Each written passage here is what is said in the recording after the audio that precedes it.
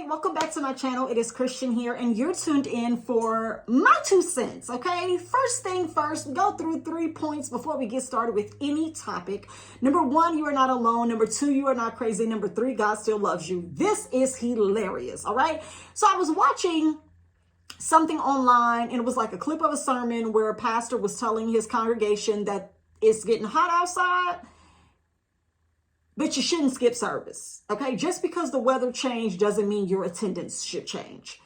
And it just got me to thinking, who are these people talking to? God approves of vacations, okay? God wants you to enjoy your life and the creations. And if God doesn't want you to enjoy these things, then what did he make it for? Like, what are these things for? So it comes back down to the control of it all, the manipulation of it all, and the seat filler assignment of it all. Oh my goodness. Like, I just can't believe pastors feel comfortable talking to members like this, or any adult for that matter. I do know for a fact that the weather is getting nicer, that it is like the end of the school year for a lot of people. Our son is out of school now, and although we don't go to church, I am very familiar with the church lecture, the shade from the pulpit, the shade from the stage. I don't call them pulpits no more. The shade from the stage, because you don't want membership attendance to drop during the summer, because then your money go down, right? Your money go down because everybody is out of town. We can't have that. We can't have it. We will not have it, no. Okay? Going back, shout out to the Black Panther. Yeah, so when I heard the pastor say that just because the weather's got nicer outside, that does not mean that your attendance should change. You should still be here. None of this is a red flag for people sitting in the seats and being told by another adult where they need to be, or questioning their priority during the summer months. I think that if I want to take a vacation as an adult who also chooses when I want to come to church, that I should be allowed to do so. And I should not have to answer to you or have my Christianity or my spirituality questioned because I'm not here for a week or two or a month or so during the summer.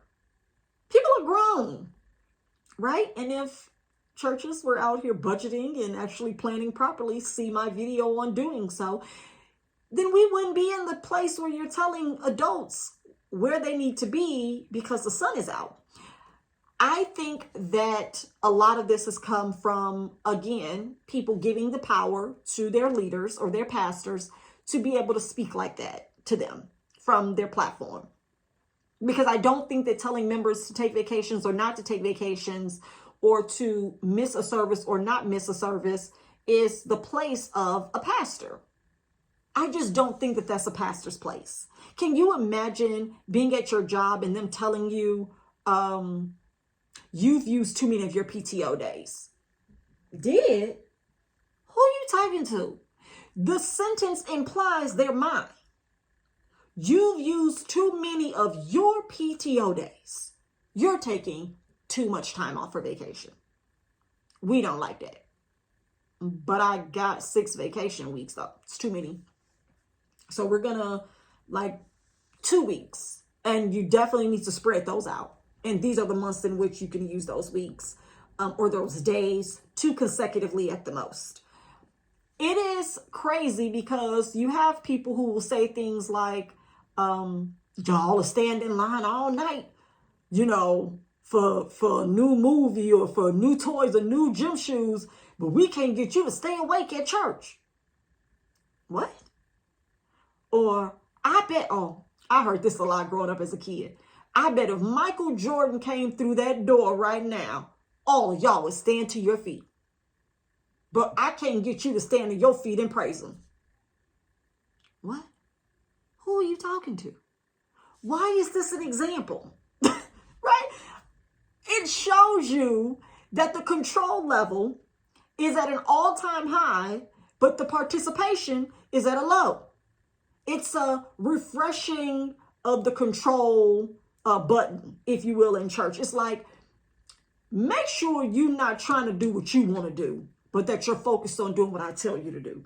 Make sure you're not out here using your own brain cells now. Because the less access I have to you, the less control I have over you.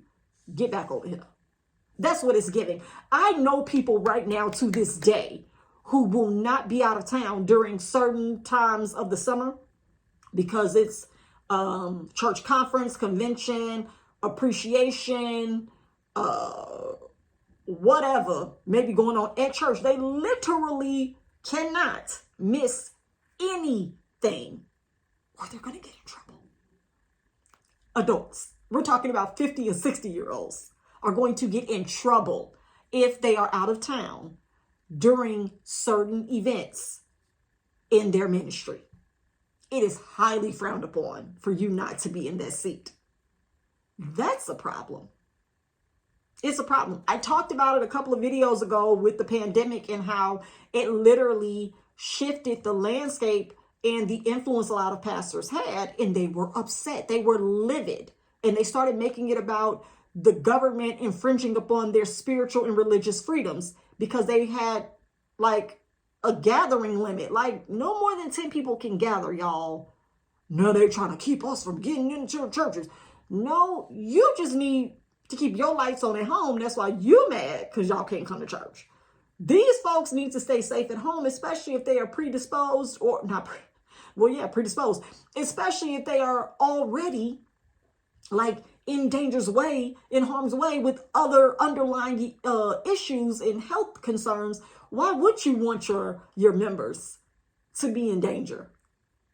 Because they needed that control. It was a problem. And so now with the weather getting better, right? Now it's a don't stay home because the sun out. Yeah, we know you want to go to the park. Do you understand that grown people, adults, this is already a problem, but that adults, humans, only have 2 days out of a 7-day week that they can actually enjoy their freedom? That's the way that this is structured. For you to work 5 days and only actually have a day and a half to enjoy your freedom before you have to get in the mode on Sunday to go back to work on Monday. And you want me to spend all day Sunday listening to you when the sun is out and I just want to have fun with my kids? You may enjoy yourself with family on Saturday and say, man, I'm just going to sleep in tomorrow. You better not, because Pastor don't want that for you. Pastor don't want you to sleep in. You can't go to Bedside Baptist tomorrow because you backsliding if you do. It is the lack of freedom that you have when you start attending church where people feel like they own you.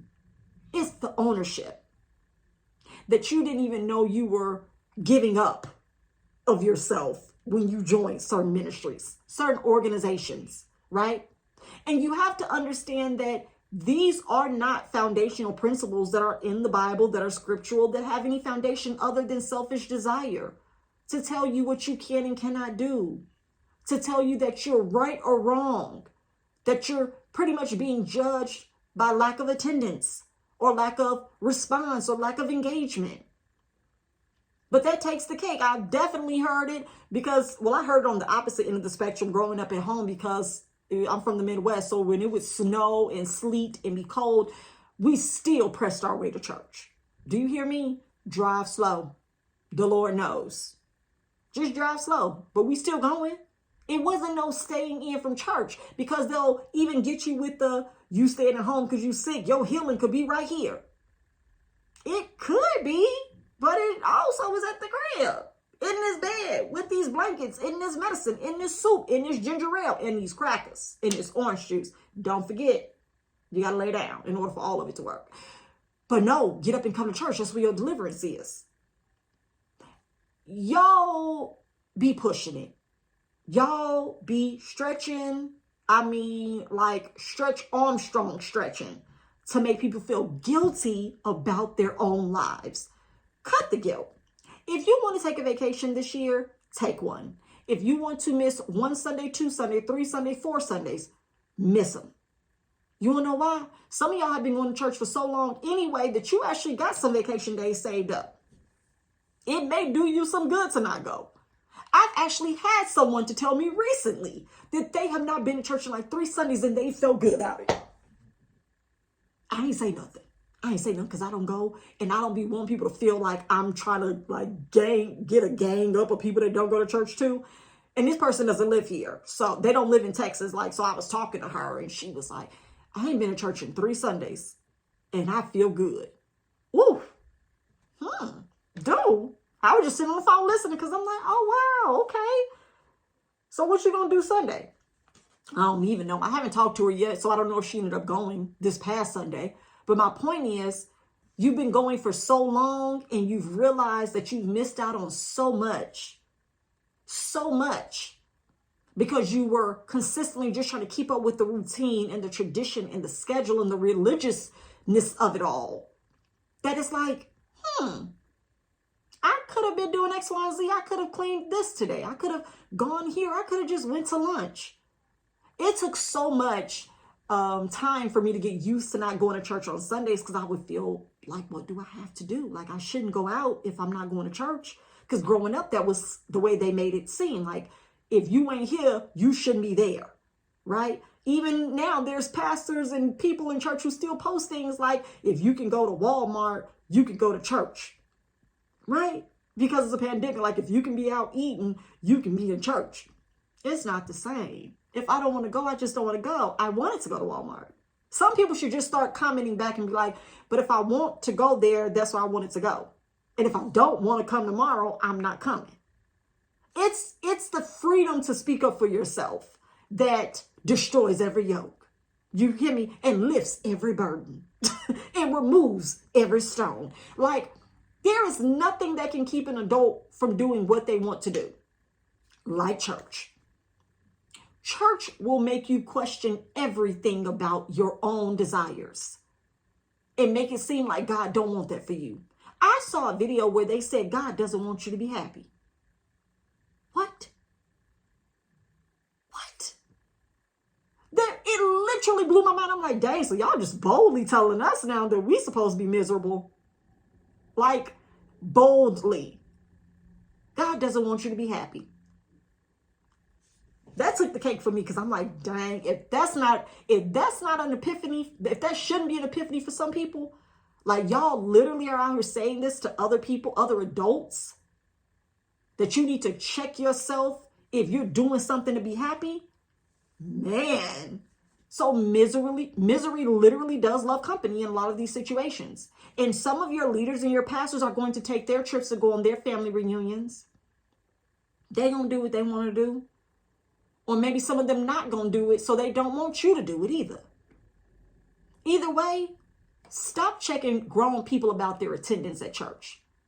Just like the public library is open access, people can come and go as they please, so is church. I don't have to tap in every Sunday. I don't have to be here. I can miss a few if I want to. And I shouldn't have to worry about hearing from you if I do. Bars. Choices. It's all about choices. Now, some of you all may feel bad about taking vacations 2 or 3 days or missing a whole weekend or whatever. But I'm telling you this right now. If it were someone else and they wanted to do it, they would. Without guilt and without running it past you. And if just one Sunday gone makes you even less of a believer or less effective or spiritual, honey, were you ever that saved in the first place? Because lack of attendance has never determined the level of salvation to me. I know people who go all the time and they might as well take a vacation because they're hellish. It's giving very much Satan Jr.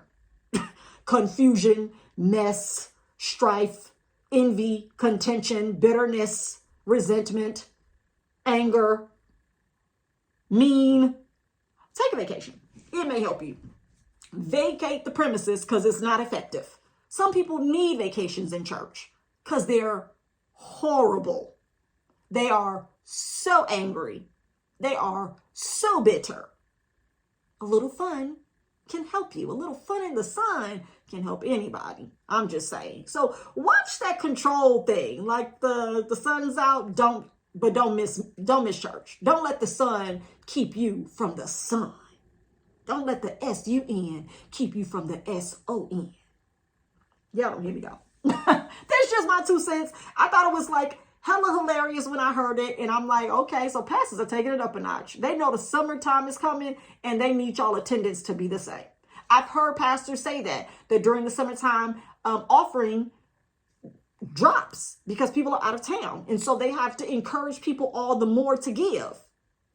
I'm going to tell y'all this. Any organization or any community or anything like that, that I want to see thrive, advance, whatever, I'm going to still give. Like, I'm still going to contribute. I'm still going to be active in that, whatever that looks like. And so I need you all to understand, your members are giving to what they care about. And if they don't want to give, or they can't, or it's going to, infringe upon them being able to do such and such with their family, for themselves, or whatever, you need to take into account that they're adults and they're doing what they want to do.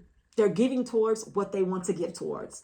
And if that makes you pipe up on your sermon or your tithes and offering message and rhetoric, then that means more than likely you're not as important in their giving budget as you think you would be, because you shouldn't have to harass adults about giving if they want to give. It should just be free flowing, and it would happen naturally, organically, and you guys will always be able to meet the needs of the ministry, correct? All right.